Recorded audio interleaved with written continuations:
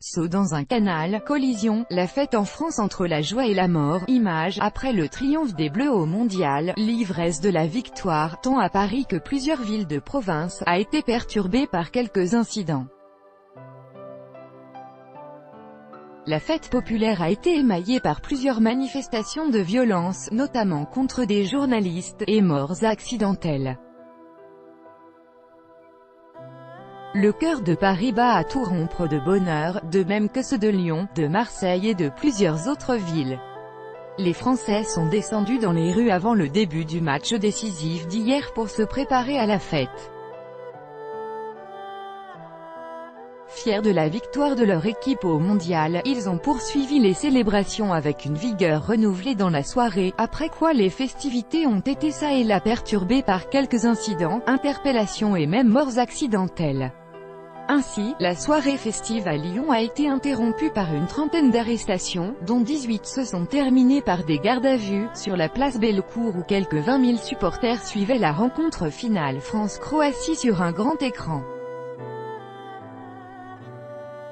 La célébration de la victoire des Bleus à Marseille a été marquée par plusieurs incidents, surtout près du Vieux-Port et de la fan zone.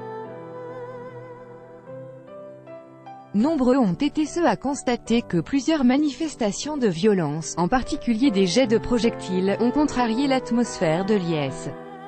2 agents des forces de l'ordre ont été blessés et une dizaine de personnes ont été interpellées.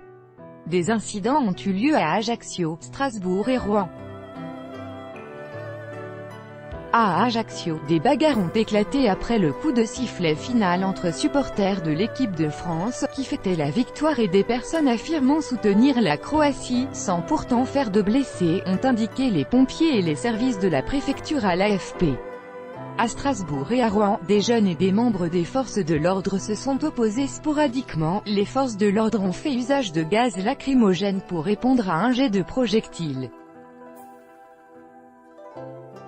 Selon les informations de la préfecture de Seine-Maritime, 7 personnes ont été interpellées à Rouen. En outre, 2 journalistes de Normandie Actu ont été victimes d'une agression en marge de la fête à Rouen. Le groupe Publi Hebdo a condamné dans un communiqué l'agression effectuée par un groupe d'individus sur le parvis de l'hôtel de ville à Rouen dimanche vers 20h30. Julien Bouteiller s'est vu accorder 3 jours d'ITT, incapacité totale de travail, tandis que son collègue Simon Louvet a été blessé à une lèvre. À Annecy, un homme, âgé de 42 ans, s'est tué accidentellement après avoir sauté dans le canal du Thio au niveau de l'embarcadère et être tombé sur la nuque, a signalé le Dauphiné. À Saint-Félix-Oise, les festivités ont été endeuillées par le décès d'un homme qui a encastré son véhicule dans un platane. La place nationale de Frouard, Meurthe-et-Moselle, a été le théâtre d'un autre accident routier à l'issue du match.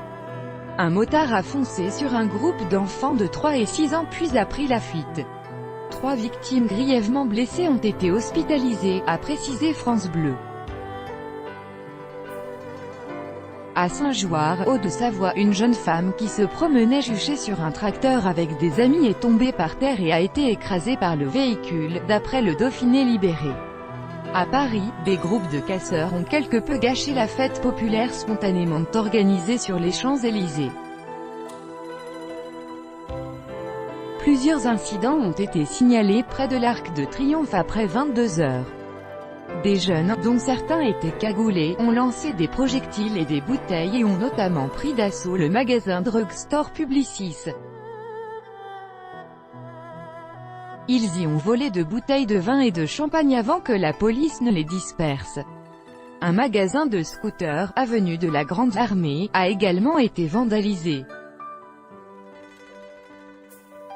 En somme, sur les Champs-Élysées, on pouvait constater en fin de la soirée de nombreuses dégradations de magasins, ainsi qu'une rixe entre 2 groupes qui a fait un blessé. Les forces de l'ordre ont recouru au gaz lacrymogène et au canon à eau pour disperser les groupes agressifs. Au total, le ministère de l'Intérieur a fait état de 292 gardes à vue partout dans l'Hexagone, dont 90 dans la capitale.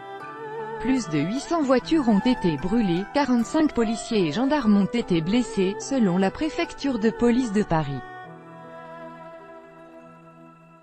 La fête était encadrée par des forces de sécurité en nombre, précisément, par plus de 63 500 policiers et 46 500 gendarmes en service, y compris 4 000 à Paris. 44 000 pompiers se sont joints à eux. Il est à noter que la police n'a réalisé aucune interpellation en lien avec la menace terroriste particulièrement redoutée dans plus de 200 fan zones.